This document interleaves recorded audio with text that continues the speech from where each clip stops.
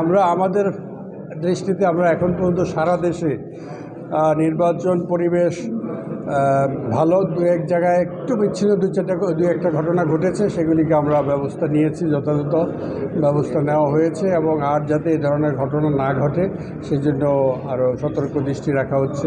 আর সর্বোপরি সুনামগঞ্জের আমার তো মনে হচ্ছে যেখানে যে প্রতিনিধি প্রার্থীরা উপস্থিত ছিলেন তারা প্রত্যেকের সাথে একটা সদ্ভাব আছে এবং খুব সুন্দর পরিবেশ বজায় রাখছে, এখন পর্যন্ত, ভবিষ্যতেও বজায় রাখবেন এরকম তাই ওনারা বলেছেন।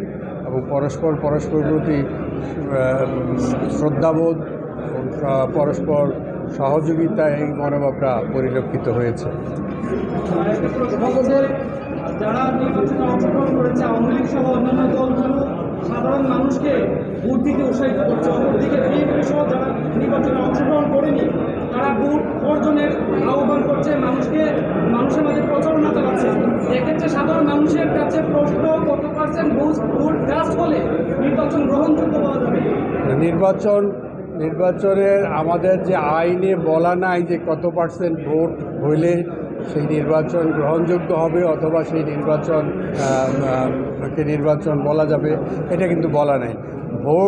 ভোটার যারাই যত পার্সেন্টই হোক না কেন আমরা সেটাই ফলাফল হিসাবে ঘোষণা দিয়েছি, আগেও দিয়েছি আমরা বিভিন্ন উপনির্বাচন যেগুলো হয়েছে। কাজেই একটা পক্ষ বলছেন যেটা তারা যেটা করছে ভোটে, আমি গতকালকেও বলেছি, আপনারা দেখেছেন, শুনেছেন, পত্রপত্রিকা আসছে, সেটা হলো যে ভোটে অংশগ্রহণ না করার আইনগত অধিকার থাকতেই আছে তাদের, যেসব রাজনৈতিক দলরা মধ্যে আমাদের সাথে 44টা দল রেজিস্টার্ড আছে, তাদের মধ্যে কেউ ভোটে অংশগ্রহণ করছে না, তাদের এই অধিকার আছে, তারা ভোটে অংশগ্রহণ করবে না। কিন্তু কাউকে ভোটে অংশগ্রহণ করতে বাধা দেওয়া অথবা ভোটারকে ভোট কেন্দ্রে আসতে বাধা দেওয়া বা ভোট কেন্দ্রে যেতে নিষেধ করায় এই অধিকার কিন্তু দেয়নি। আইনে পরিষ্কার বলা আছে যে এই ধরনের কাজ অপরাধ এবং সেই অপরাধের জন্য শাস্তির বিধান বলা আছে। আমরা বলেছি কালকে, আজকেও বলছি যে এই ধরনের কাজ যদি কেউ করে তিনি বা তাদেরকে আইনের আওতায় এনে ব্যবস্থা নিতে হবে। ইতিমধ্যে বিভিন্ন জেলায় এই ধরনের কার্যক্রম চলছে। আইনের বাইরে কেউ না, আইন মানতে হবে, আইনের ঊর্ধ্বে কোনো কিছু করলে ব্যত্যয় হলেই সেটার ব্যবস্থা হবে। দলীয় সরকারের অধীনে মানুষের মধ্যে একটা শঙ্কা আছে যে গেল যে দুটো নির্বাচন হচ্ছে সেরকম একটা নির্বাচন হবে, পাতানো নির্বাচন বা নির্বাচন। আপনারা কি সেরকম লক্ষ্য করছেন? এই কমিশন কি তাই করছে?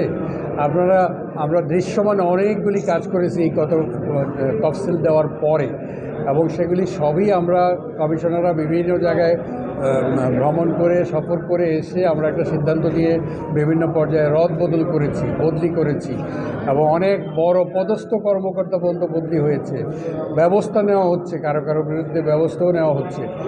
এরকম তারপরে যদি আপনার এরকম সংখ্যা যদি কেউ মনে করে যে পাতানো নির্বাচন হবে বা লোক দেখানো নির্বাচন হবে, এটা অমূলক। নির্বাচন কমিশন এরকম কাজ করেনি। আপনার গাইবান্ধার নির্বাচনও আপনারা ভুলে যান নাই, উপনির্বাচন প্রয়োজনে গাইবান্ধা হবে অনেক জায়গায়। সুষ্ঠু, অবাধ, নিরপেক্ষ, গ্রহণযোগ্য নির্বাচন করতেই হবে, দিতেই হবে, এছাড়া কোনো উপায় নেই। না, কোনো দলীয় চাপ নাই। আমরা 1 বছর 10 মাস অতিবাহিত করছি। 1 বছর 10 মাসের মধ্যে কোনো দলীয় চাপ নাই। আমরা অনেক বড় সিদ্ধান্ত নিয়েছি, কোনো রকমের কোনো চাপ কেউ দলীয় নাই, অন্য কিছুই নেই। আমরা আমাদের মতো করি। গতকালকেও আমরা সিদ্ধান্ত নিয়েছি কিছু, আপনারা লক্ষ্য করেছেন, বিভিন্ন মিডিয়াতে আসছে। নির্বাচনে আগামী 7 তারিখ নির্বাচন করছেন এবং এই যে আসনগুলো করছেন সবগুলো আসলে লেভেল প্লেইং ঠিক থাকবে? অবশ্যই থাকবে। এখানে আমরা বারবার হুঁশিয়ারি দিয়েছি, এবং যদি কোথাও লেভেল প্লেইং ফিল্ড না হয় সেখানে ভোট বন্ধ হয়ে যাবে, ভোটের কার্যক্রম চলবে না, হবে না। সেখানে আমরা লেভেল প্লেইং ফিল্ড যখন আবার করতে পারি তখন ভোটের পুনরায় নিব। কোনো রকমের কেউ হেভি ওয়েট, কেউ লাইট ওয়েট নেই, সবাই সমান, সকল প্রার্থী আমাদের কাছে সমান। আমি প্রার্থীদেরকে বলেছি আপনার শক্তি আছে, সামর্থ্য আছে, এই জন্যই আপনি প্রার্থী হয়েছেন। আমি তো প্রার্থী হইনি, তা আমার সেই শক্তি সামর্থ্য নাই। তাদেরকে মাঠে থাকতে হবে, সমর্থকদের নিয়ে, তাদের এজেন্টদের নিয়ে যে শেষ মুহূর্ত পর্যন্ত লড়াই চালিয়ে যেতে হবে। তিনি যদি বা তারা যদি মাঠ ছেড়ে যান, তাহলে তো যিনি আপনারা যেটা বললেন হেভিওয়েট, তার তো আরও ওয়েট বেড়ে যাবে। তাহলে মাঠে থাকতে হবে, প্রত্যেকেই যার যার অবস্থান নিয়ে থাকতে হবে, এটাই আমাদের আহ্বান। আগামী 7 তারিখে